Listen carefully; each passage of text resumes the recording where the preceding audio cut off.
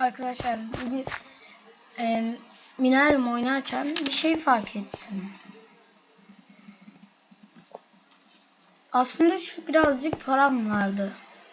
219 liram vardı. Acaba ne yapabilirim diye düşünürken gidip kumar oynamak aklıma geldi. Hemen neye başladım ama jeneratör bulunca baktım.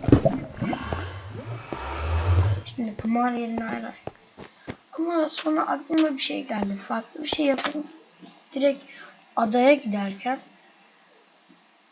adamı ışınlandığım an bu ne lan dedim. Hemen adaya basıyorum. Ve şey yapınca adayı sileceğim mecbur. Ama silmeyi de bunu.